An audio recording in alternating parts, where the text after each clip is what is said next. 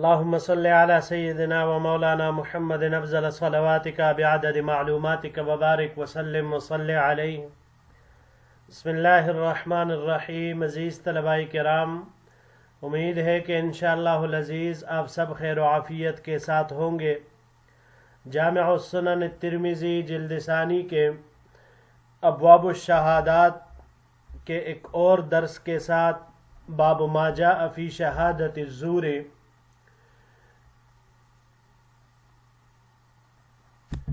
اس باب کے ساتھ کہ جس میں جھوٹی گواہی کی مذمت کا بیان ہے. اللہ جل شانہ کے فضل و کرم سے آپ حضرات کے خدمت میں حاضر ہونے کا موقع ملا. بحمد اللہ تعالی آج ہمارا سبق نمبر 172 ہے. تو بڑھتے ہیں اپنے سبق کی طرف.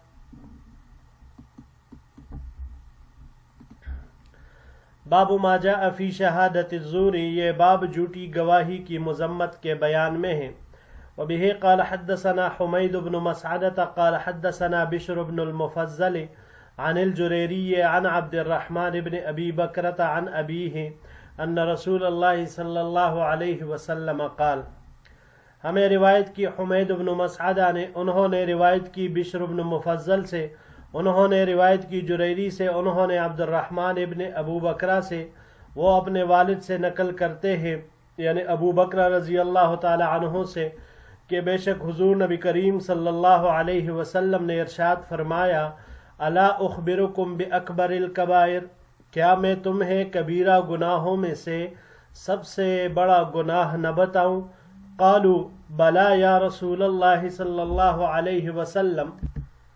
صحابہ کرام رضوان اللہ علیہم اجمعین نے عرض کیا: جی ہاں، کیوں نہیں یا رسول اللہ صلی اللہ علیہ وسلم.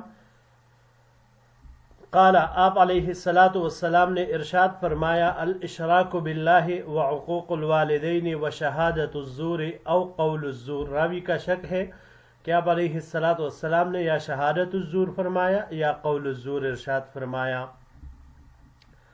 اللہ کے ساتھ کسی کو شریک ٹھہرانا، والدین کی نافرمانی کرنا، جھوٹی گواہی دینا یا جھوٹی بات کہنا. قال، راوی کہتے ہیں: فما زال رسول اللہ صلی اللہ علیہ وسلم یقولها، حضور نبی کریم صلی اللہ علیہ وسلم بار بار یہ جملہ ارشاد فرماتے رہے. حتی قلنا لیتہ سکت، یہاں تک کہ ہم کہنے لگے کہ کاش آپ علیہ السلام خاموش ہو جاتے. ھذا حدیث حسن صحیح، یہ حدیث حسن صحیح ہے. وبه قال حدثنا احمد بن منیع قال حدثنا مروان بن معاویة عن سفیان بن زیاد الاسدی عن فاتق بن فضالة عن ایمن بن خریم ان النبی صلی اللہ علیہ وسلم قام خطیبا فقال. ہمیں روایت کی احمد بن منیع نے، انہوں نے روایت کی مروان بن معاویہ سے، انہوں نے سفیان بن زیاد اسدی سے، انہوں نے فاتق بن فضالہ سے، انہوں نے ایمن بن خریم سے.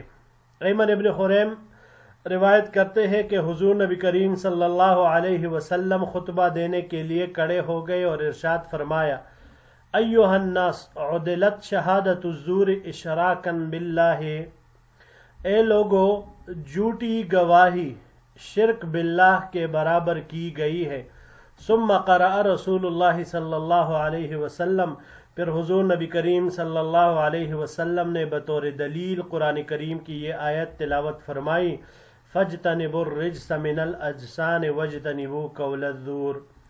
تم لوگ بتوں کی پلیدی یعنی پرستش، عبادت، اس سے بچو اور جھوٹ بولنے سے پرہیز کرو.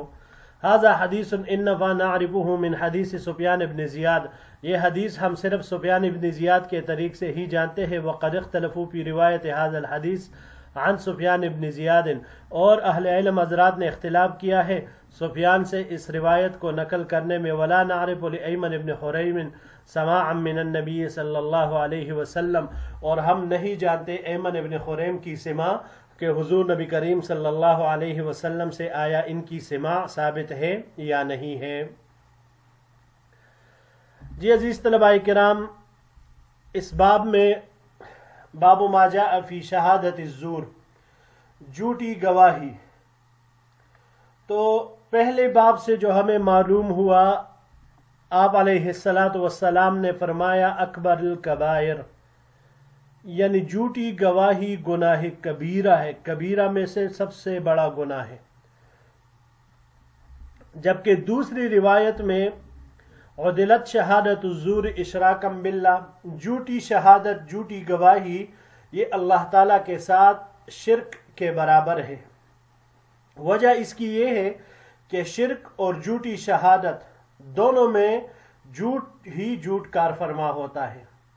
اللہ کے ساتھ شریک ٹھہرانے میں بھی ایک جھوٹے امر کی نسبت غیر اللہ کی جانب کی جاتی ہے، اور جھوٹی گواہی میں بھی بندے کے حق میں جھوٹ بولا جاتا ہے، تو اس لحاظ سے یہ دونوں ایک برابر ہے۔ اس حدیث کے آخر میں، باب کے آخر میں، امام ترمذی رحمہ اللہ نے سند کے حوالے سے فرمایا وَلَا نَعْرِفُ لِأَيْمَنِ بْنِ خُرَيْمٍ سَمَاعًا مِّنَ النَّبِيِّ صلی اللہ علیہ وسلم۔ تو عزیز طلباء کرام، دو قسم کے نسخے پائے جاتے ہیں، ایک ہمارے جو بر صغیر میں چلتے ہیں، پاکستان، ہندوستان، بنگلہ دیش میں، اور ایک جو باہر کے عرب ممالک میں ہوتے ہیں، خاص کر مصر میں۔ تو یہ ہمارے جو موجودہ نسخے ہیں، اس میں سفیان ابن زیاد کی روایت ہے، وہ فاتق سے اور وہ ایمن سے روایت کرتے ہیں۔ سفیان ابن زیاد الاسدی عن فاتق ابن فضالہ عن ایمن ابن خریم، اس سند کے ساتھ ہماری کتابوں میں ذکر ہے۔ اور امام ترمذی رحمہ اللہ فرماتے ہیں کہ ہمیں اس بات کا علم نہیں ہے کہ ایمن کا سماع حضور نبی کریم صلی اللہ علیہ وسلم سے ثابت ہے کہ نہیں، یعنی یہ بات ہماری علم میں نہیں ہے۔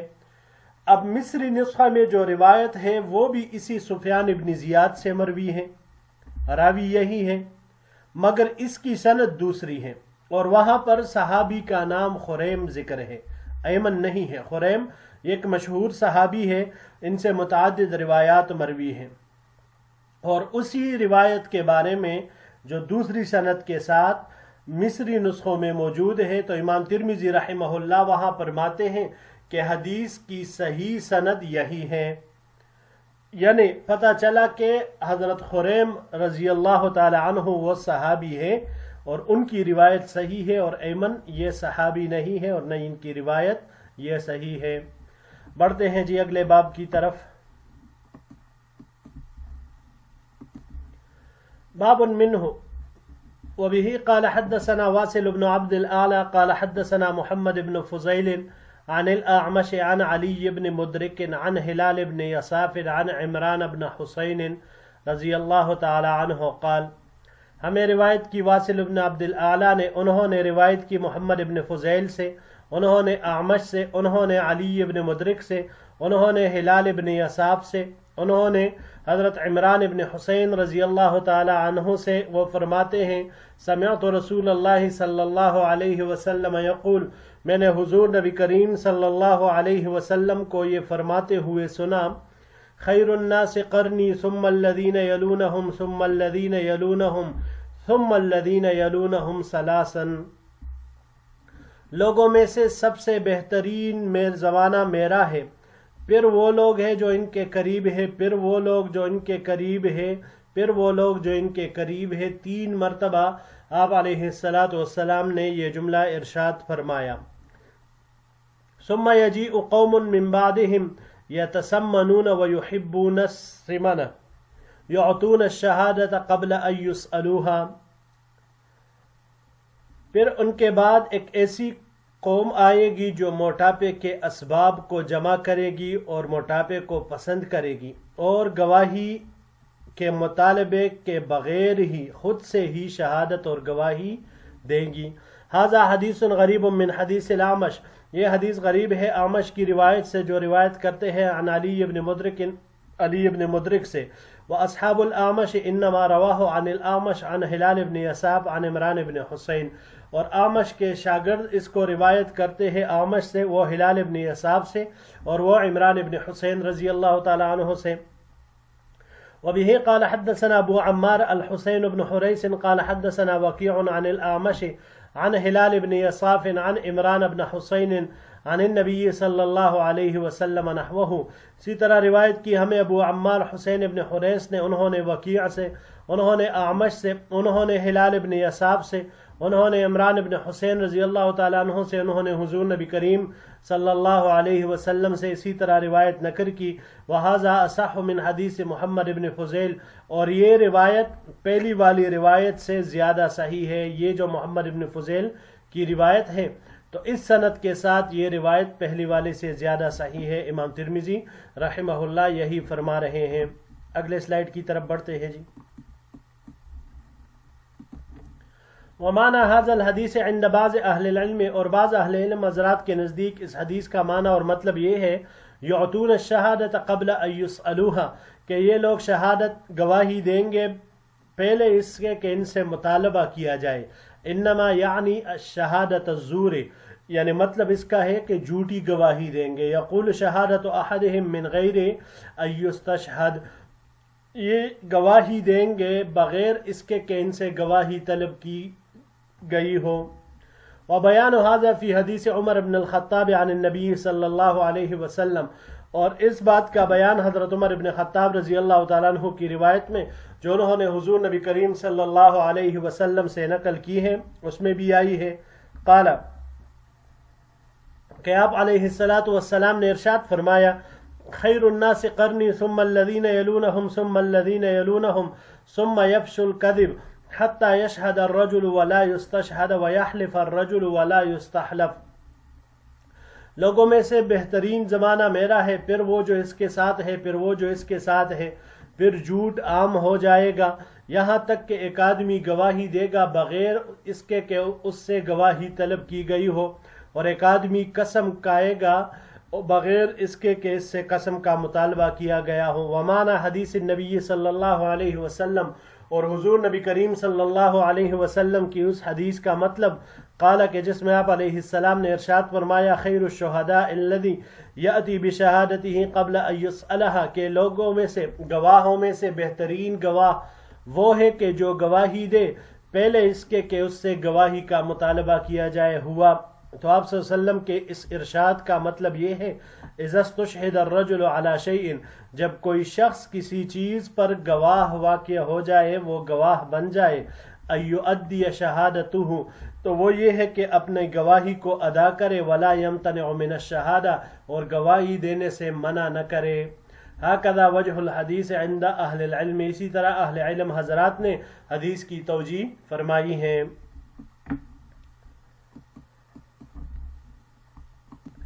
جی عزیز طلباء کرام، اس روایت میں یہ ذکر ہے کہ خیر القرون جو بہترین زمانے ہیں تو گزرنے کے بعد پھر ایسے لوگ آئیں گے کہ جو بدن کے لحاظ سے خوب موٹے تازے ہوں گے، موٹاپے کے اسباب جمع کریں گے. مطلب یہ ہے کہ بس ان کی پوری توجہ وہ صرف کھانے پینے، عیش اور عشرت اور آرام اور راحت کی طرف ہی ہوگی، اور کسی بھی چیز کی طرف ان لوگوں کا ذہن ہی نہیں جائے گا.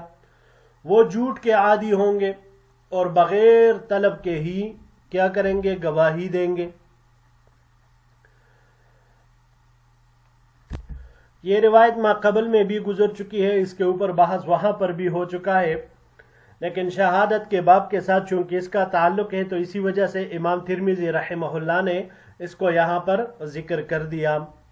اب یہاں پر امام ترمذی رحمہ اللہ نے ھذا حدیث غریب من حدیث الاعمش عن علی بن مدرک، اس سند کے ساتھ ہی پہلی روایت امام ترمذی رحمہ اللہ نے ذکر کی، لیکن فرماتے ہیں کہ وہ اصحاب الاعمش انما رواہ عن الاعمش عن ہلال بن یصاف عن عمران بن حسین، کہ اعمش کے شاگرد وہ جو روایت نقل کرتے ہیں تو اس کی سند اعمش سے، وہ ہلال بن یصاف سے، اور وہ عمران ابن حسین کے ذریعے سے کے واسطے سے نقل کرتے ہیں.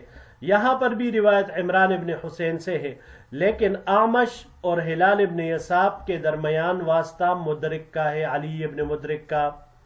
تو یہ فرماتے ہیں امام ترمذی رحمہ اللہ کہ یہ روایت غریب ہے اس لحاظ سے، اور یہی وجہ ہے کہ پھر آگے ذکر کیا جو یہ سند اگلی اسی طرح کی روایت والی سند کہ جس میں آمش نے روایت کی ہلال ابن یساف سے اور انہوں نے عمران ابن حسین سے اور انہوں نے حضور نبی کریم صلی اللہ علیہ وسلم سے اسی طرح کی روایت. تو امام ترمذی رحمہ اللہ نے فرمایا وَهَذَا أَصَحُّ مِنْ حدیث محمد ابن فضیل، کہ یہ محمد ابن فضیل والی سند اس روایت سے یہ سند والی روایت یہ زیادہ صحیح ہے. اگلے سلائیڈ میں جو بات آئی عزیز طلباء کرام، تو اس کے بارے میں ہم نے تفصیلاً پہلے باب کی یہاں باب الشہادات کی پہلی باب میں ہی گفتگو فرما لی کہ وہاں پر ہم نے اس کو ذکر کر دیا کہ بغیر طلب کے گواہی دینے کے 3 تعویلیں بیان ہوئی تھی. تو اس میں سے ایک یہی تھی کہ جب ان سے گواہی کا مطالبہ کیا جائے تو وہ فی الفور گواہی دینے آ جاتے ہیں، ولا یمتنع من الشہادہ، اور وہ گواہی دینے میں ہچکچاتے نہیں ہیں، بہانے بازی نہیں کرتے، رکتے تکتے نہیں ہیں، بلکہ فوراً گواہی دینے پہنچ جاتے ہیں. تو یہی مطلب ہے اس کا. اب جو اس حدیث میں بیان ہوا ہے حتی یشہد الرجل ولا یستشہد، تو اس سے مراد امام ترمذی رحمہ اللہ نے ذکر کیا انما یعنی شہادت الزور، کہ مراد اس سے جھوٹی گواہی دینا ہے.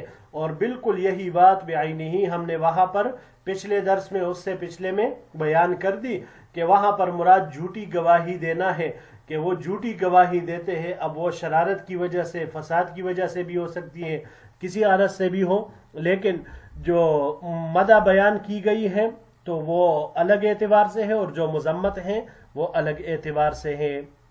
جی عزیز طلباء کرام، یہی تک ہمارا آج کا سبق تھا. انشاءاللہ العزیز زندگی رہی تو اگلے درس میں ایک نئے باب کے ساتھ پھر آپ کی خدمت میں حاضر ہوں گے. السلام علیکم ورحمۃ اللہ وبرکاتہ.